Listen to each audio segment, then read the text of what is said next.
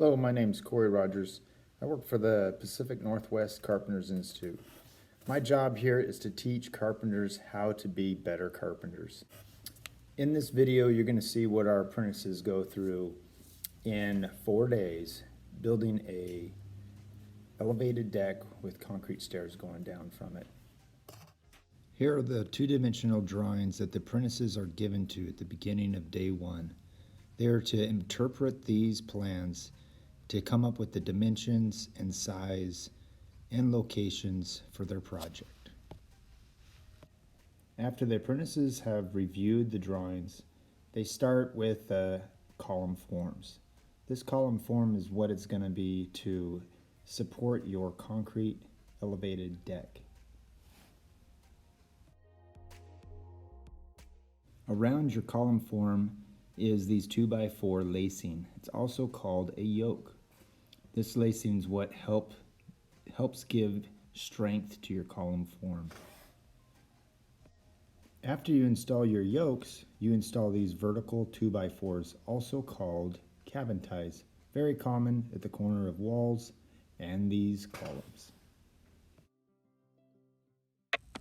After building your column forms with your lacing, your yokes in another sense, your cabin ties, and that sort of thing, move on towards your stringers, your joists, and your posts for your deck forms.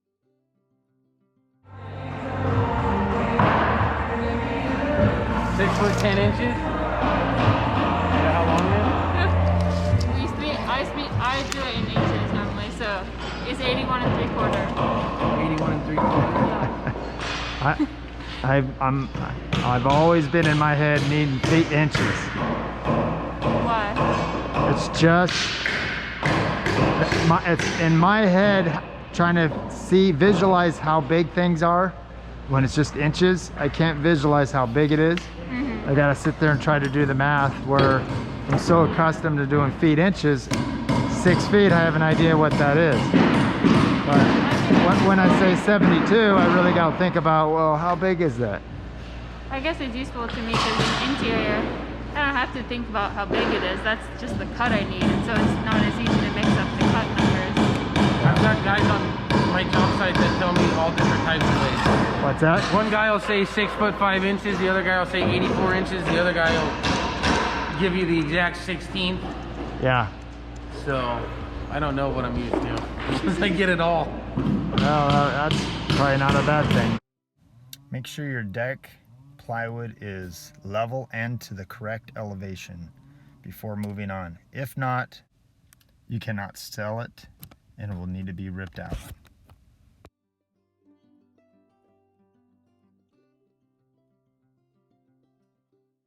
There are many ways to correctly build a edge form system. The right way is the fastest, safest way and is going to hold your concrete in place. Thickness is the main factor when taking into account the pressures and which formwork to use.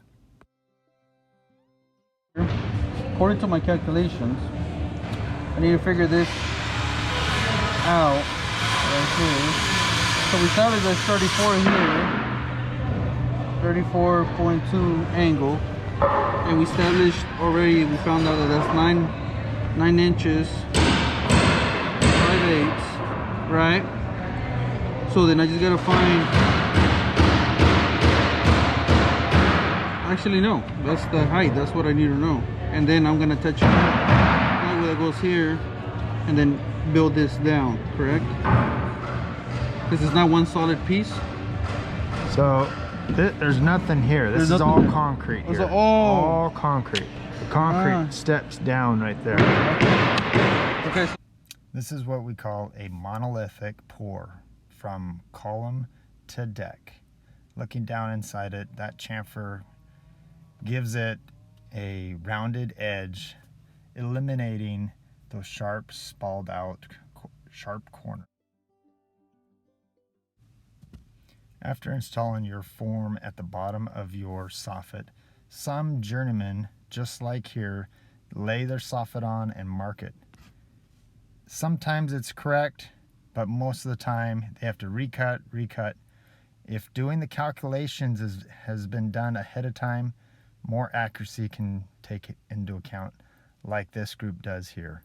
It's one-time cut, everything fits, double checking with the level, and start working on the stringers and supports underneath, making sure there's no humps. This group is now ready to lay out their side forms for their stairs, making sure their measurements are done correctly, their calculations are done using your Construction Master calculator. You have a 6 3/4 rise, 10-inch run for each tread and riser. Measuring your bottom landing, where your soffit forms are, making all your marks, double checking. Here are a few things to consider when laying out your side forms for your stairs. First off, taking a look here, you're going to see this sheet of plywood, you're able to get 2 side forms out of one sheet laying it out this method. There are other methods, but this is one way of doing it. Things to keep in mind are snapping your 3/4 back for your plywood, for your soffit form, depending on whether or not you're sitting on top or butting into the sides. As well as the top, consider your deck form, your sheathing, whether or not you're nailing onto the side of it or underneath it. Down at the bottom of your soffit, keep in mind that 3/4 again, nailing into the side of your soffit versus sitting on top of it. Here you can see the tread laid out and the riser. The risers have a 1-inch batter. That's what it shows on the plans. Your form material will look something like this with a 45 at the bottom. Make sure you line up the bottom of your riser with your tread. That way it brings the top of your riser form down, creating a slope for the concrete to shed off for exterior stairs. Using the framing square, line up your riser and your tread. Here we have 10-inch as your tread, 6 3/4 as your riser. You can use this method to leapfrog from nosing to nosing.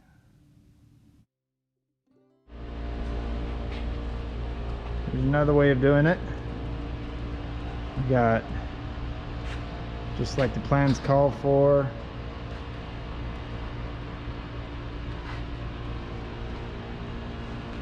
there's our universal cut for our chamfer.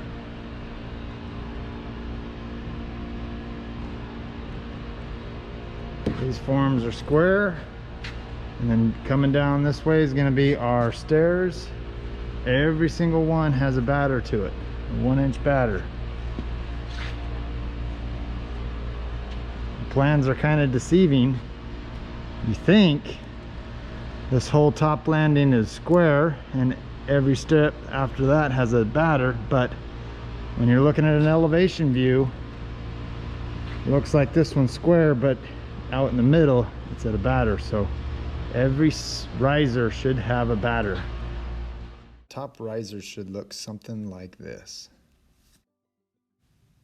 Here they care about accuracy, so they use the table saw to rip the 45 and 6 3/4 height risers to make them all uniform and the same. When laying out for your side forms for your stairs, make sure you're double checking your measurements. Look at it at different angles. Tip it up, look at it, make sure your risers and treads are facing the right direction. This is where you take the time, double checking, making sure your cuts, your measurements are all accurate and where they need to be. Take into account your plywood overhang, any other thing that you can possibly think of before you cut. That way, when it is cut, it's something that you want to keep and is accurate and can be sold.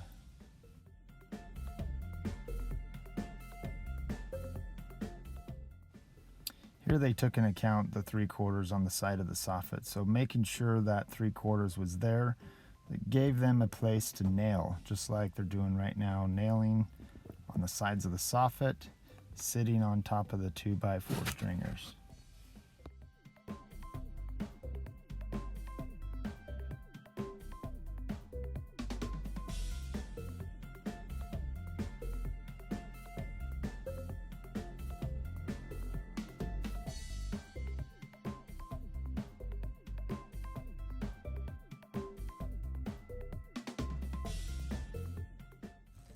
Here, after reviewing the plans, they thought that top riser should have a square edge or plumb.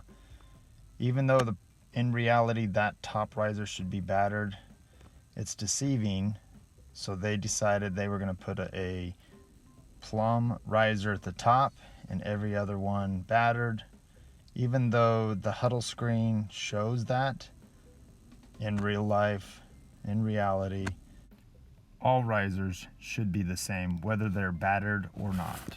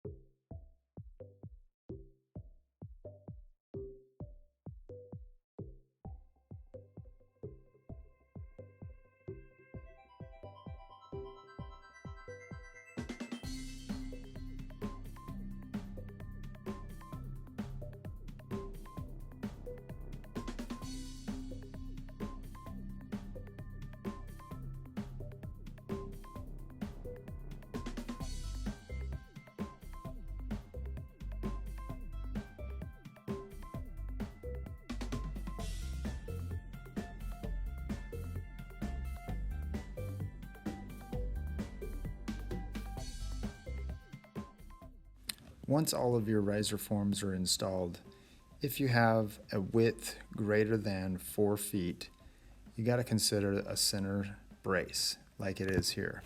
Make sure when you're installing that center brace with the kickers, those kickers are tilted in such a way that it is out of the way of the finisher and is balancing the 2x4, so every other one is on every other side.